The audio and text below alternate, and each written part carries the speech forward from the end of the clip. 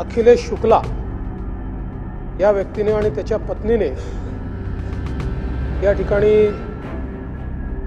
भांडण झालं आणि त्या भांडणामध्ये मराठी माणसाला अपमानित होईल अशा प्रकारचे उद्गार त्या ठिकाणी काढले, भांडण केलं, मारामारी केली आणि त्यातून एक संतापाची लाट सर्व लोकांमध्ये तयार झाली आहे। कधी कधी काही नमुने तिचं वक्तव्य करतात, माज आणल्यासारखं करतात। अशा माजोरड्यांचा माज उतरवल्याशिवाय आम्ही राहणार। मुंबईमध्ये बसलेला मराठी माणूस हद्दपार का झाला? का त्या माणसाला मुंबईमधनं ठाणे, कल्याण, डोंबिवली, वसई, विरार त्याच्या पलीकडे जावं लागलं? भाई माझे मित्रा, तुम्ही मुजोरी करायला हिंमत लागत नाही। तथ्यावर बोललं पाहिजे आपण सगळ्यांना, आणि तथ्य हेच आहे।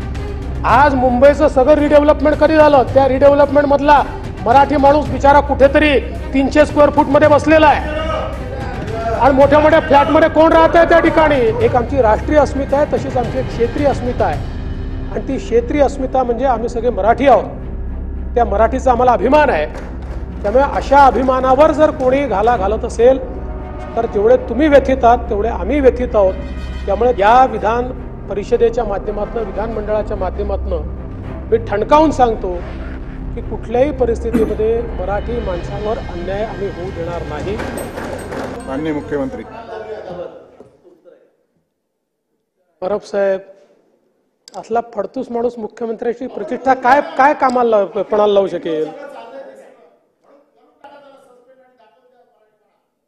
माननीय सभापती महोदय, या ठिकाणी सन्माननीय विरोधी पक्षाच्या सर्व सदस्यांनी जो एक महत्त्वाचा मुद्दा उपस्थित केलेला आहे आणि माध्यमांमध्ये देखील हा मुद्दा चाललेला आहे। अखिलेश शुक्ला या व्यक्तीने आणि त्याच्या पत्नीने या ठिकाणी एक भांडण झालं आणि त्या भांडणामध्ये मराठी माणसाला अपमानित होईल अशा प्रकारचे उद्गार त्या ठिकाणी काढले, भांडण केलं, मारामारी केली आणि त्यातून एक संतापाची लाट सर्व लोकांमध्ये तयार झाली आहे। पहिल्यांदा तर मी या ठिकाणी सांगू इच्छितो की हा अखिलेश शुक्ला MTDCचा कर्मचारी आहे। त्याच्यावर FIR नोंद झालेला आहे। खडक पत्नीवरी, दोघांवरी आहे। त्याची कॉपी आहे माझ्याकडे। खडकपाडा पोलीस स्टेशनमध्ये दाखल करण्यात आलाय। त्याला तात्काळ निलंबित करण्याची कारवाई या ठिकाणी करण्यात येते आहे आणि पुढील कारवाई पोलीस करतील। मुळात कोणाच्याही मनामध्ये शंका असण्याचं कारण नाही। मुंबई आणि महाराष्ट्र हा मराठी माणसाचाच होता, मराठी माणसाचाच आहे आणि मराठी माणसाचाच राहील। कधी कधी काही नमुने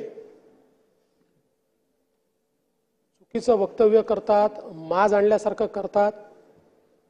अशा माजोरड्यांचा माज उतरवल्याशिवाय आम्ही राहणार नाही। खरं म्हणजे भाजपचं सरकार आलं म्हणून हे झालं अशा प्रकारचं त्याला राजकीय रंग देण्याचं कारण नव्हतं। कारण शेवटी आपण राजकारणात शिरलो तर आपल्याला याचाही विचारभाई करावा लागेल की मुंबईमध्ये बसलेला मराठी माणूस हद्दपार का झाला? कोणाच्या काळात झाला? का त्या माणसाला मुंबईमधनं ठाणे, कल्याण, डोंबिवली, वसई, विरार त्याच्या पलीकडे जावं लागलं? आणि त्या काळामध्ये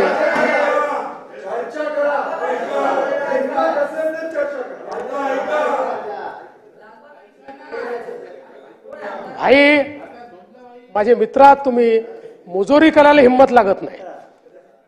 तथ्यावर बोललं पाहिजे आपण सगळ्यांना, आणि तथ्य हेच आहे। आज मुंबईचं सगळं रिडेव्हलपमेंट कधी झालं? त्या रिडेव्हलपमेंट मधला मराठी माणूस बिचारा कुठेतरी 300 स्क्वेअर फूट मध्ये बसलेला आहे आणि मोठ्या मोठ्या फ्लॅटमध्ये कोण राहत आहे त्या ठिकाणी? पण एक निश्चितपणे आपण सगळ्यांनी मान्य केलं पाहिजे, मुंबई महाराष्ट्राची आर्थिक राजधानी आहे। या आर्थिक राजधानीमध्ये देशभरातला टॅलेंट पूल येतो। आणि ते सगळे त्या ठिकाणी राहतात. आणि मी हे बघितलेलं आहे, मुंबईमध्ये 3-3, 4-4 पिढ्यांपासून राहणारा उत्तर प्रदेशच्या एखाद्या जिल्ह्यातून आलेला व्यक्ती तुमच्या माझ्यासारखी उत्तम मराठी बोलतो, तुमच्या माझ्यासारखा आपले सगळे सणवार त्या ठिकाणी साजरा करतो, किंबहुना गणपतीसारखा आपला सण हा ज्यावेळेस तो साजरा करतो त्यावेळेस तो उत्तर भारतीय आहे की मराठी आहे असा प्रश्न आपल्याला पडावा. अशा प्रकारची परिस्थिती आपल्याला पाहायला मिळते. मात्र हे जे काही लोक असा माजुरडेपणाने या ठिकाणी बोलतात त्याच्यामुळे मुंबईच्या सोशल फॅब्रिकला देखील एक प्रकारचं गालबोट लागतं. आणि म्हणून मराठी माणसाचा आवाज म्हणून या विधान परिषदेच्या माध्यमातून, विधानमंडळाच्या माध्यमातून मी ठणकावून सांगतो की कुठल्याही परिस्थितीमध्ये मराठी माणसावर अन्याय आम्ही होऊ देणार नाही. आणि प्रत्येकाला काय खायचं याचा अधिकार आणि स्वातंत्र्य हे संविधानाने दिलेलं आहे. एखाद्या समाजाला शाकाहार महत्वाचा वाटतो तर तो समाज निश्चितपणे शाकाहारी लोकांचं संघटन तयार करू शकतो, त्यांच्याकरता एखादी योजना तयार करू शकतो. पण इन जनरल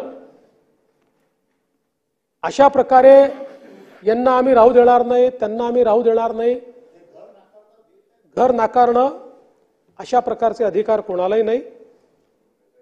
मला असं वाटतं की या ठिकाणी कोणी शाकाहाराचा पुरस्कार करतोय याकरता त्याचा तिरस्कार करण्याचं कारण नाहीये. मात्र त्या आधारावर भेदभाव करणं ही गोष्ट आपल्याला मान्य करता येणार नाही. आणि म्हणून या दृष्टीने देखील अशा प्रकारच्या तक्रारी जर आल्या तर त्याच्यावर योग्य कारवाई करण्यात येईल. आणि मला असं वाटतं की आपल्या देशामध्ये अनेक परंपरा आहेत. आपल्याला माहिती आहे की बंगालसारख्या राज्यामध्ये सगळे समाज त्या ठिकाणी मासळी खातात, देवालाही दाखवतात. काही राज्यांमध्ये 100% आपल्याला शाकाहार दिसतो. त्यामुळे शेवटी आपल्या परंपरेने निर्गुण निराकार आणि सगुण साकार या दोघांनाही देवत्वाची संधी दिलेली आहे, संज्ञा दिलेली आहे.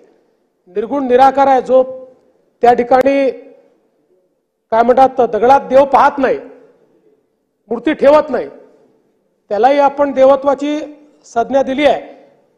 आणि माझ्यासारखा माणूस ज्याला मूर्तीमध्येही देव दिसतो त्यालाही आपण त्या देवाला देवत्वाची संज्ञा दिली आहे.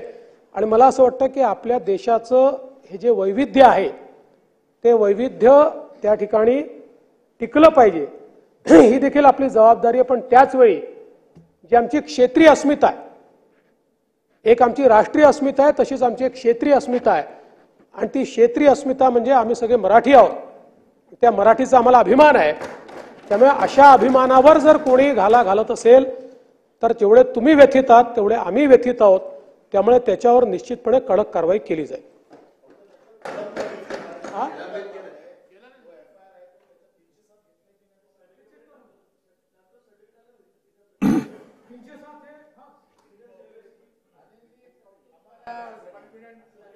साठी अरे पण थांबा ना, मी हात जोडून विनंती करतो. त्याच्या डोक्यावर रॉड मारलाय. 307 ची केस असेल तर 307 होईल.